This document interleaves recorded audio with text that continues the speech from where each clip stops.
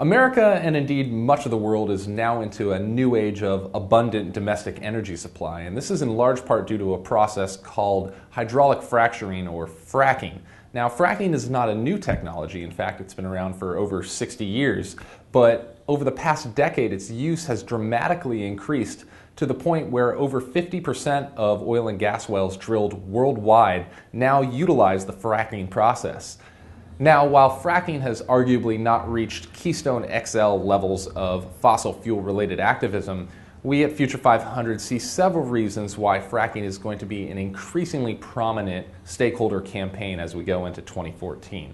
The first reason that we see fracking or fractivism increasing as we enter 2014 is due to the expansion of the use of this technology. As energy companies explore new shale plays across the US and abroad, they've been followed closely and also met by local communities concerned with the potential impacts on their local areas. Concerns about flaming tap water, industry-imposed gag orders, impacts on air quality, etc.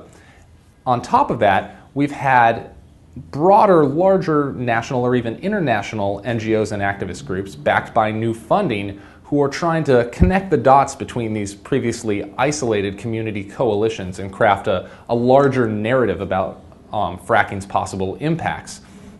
The other reason that we see fracking as a growing issue for stakeholders in 2014 is due to shifting priorities. Historically, a lot of the debate around natural gas and hydraulic fracturing had to do with the climate impacts and the more global level issues. More recently, there's been a shift in the narrative to focus more on the localized impacts on water contamination, human health, and environmental justice.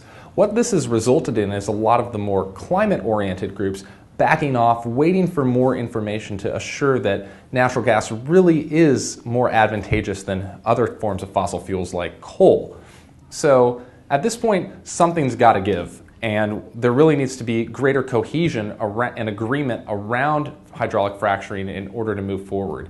And so barring higher level federal, international, even state level legislation of hydraulic fracturing, we see that local communities backed by funders and broader NGOs are really going to start taking fracking issues into their own hands and try and impose bans and moratoria until they're more confident that fracking's impacts can be mitigated.